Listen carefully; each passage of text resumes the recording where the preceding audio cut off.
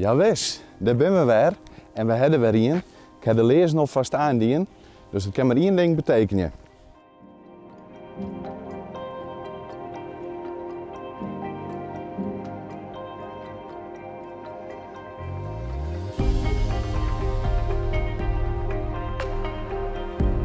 Deze keer op misschien wel de meest unieke locatie in het hart van Gasteloon. En ze is wel eens uit een sprookjesboek geslopen. En zie nou zelf.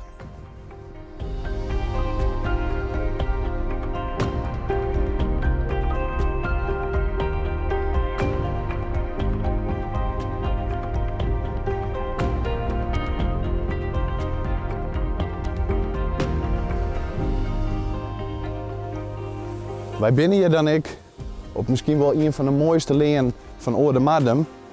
En zij de Oerdemadem, dan zij de Beukelaan. Waar ken het net? En in alle bescheidenheid is dit een van de mooiste stukjes. We ben je Joet en ik op Beukelaan noemen Sijs. Ik neem jou graag mee. Ik zeg jou welkom.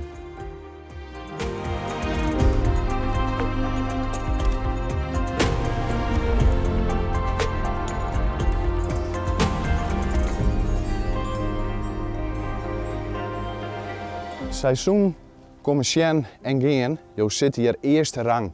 Reeën, verzanten, foksen, tal van vogelsoorten, jou belibbert hier. Wel in volslijnde privacy zelfs. Als makelaars, kantoor van mooie plakjes, worden wij hier heel blijd van.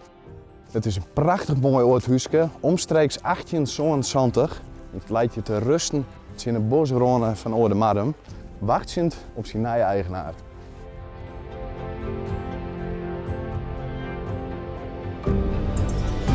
Ik vertelde correct al dat het huis van omstreeks 1870 betreft en dat het wat liefde nodig had, dat mij duidelijk wezen. Handen uit de mouwen zitten we dan. Maar bovenal creëer je hier jouw eigen paradijs midden in de natuur, rust en ruimte.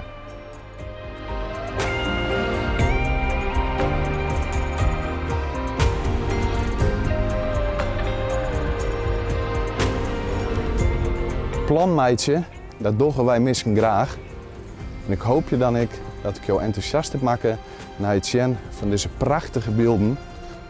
Het huis en het plak zien het een eigenaar die dit waarderen en respecteren kan. Stof tot naaitinken dus.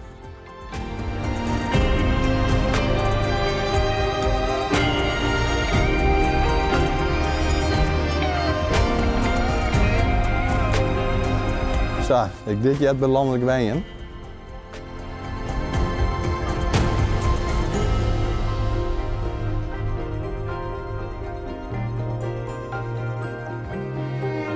Ik ga nog even lekker nagenieten in het bos, want de volgende keer.